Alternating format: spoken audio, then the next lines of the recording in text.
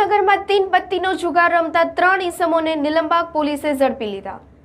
ભાવનગર શહેરના jewels circle વિજયરાજ નગર road નજીક જાહેરમાં 3 પત્તી જુગાર રમતા 3 ઈસમોને નિલંબાગ પોલીસ સ્ટેશન સ્ટાફે ઝડપી પાડ્યા।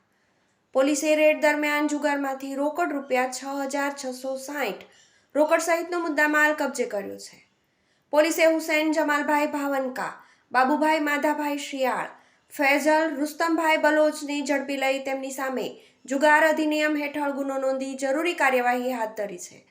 રિપોર્ટ બાય વિપુલ ગોહિલ સાથે સંજય રાવલ, SB ન્યૂઝ ભાવનગર।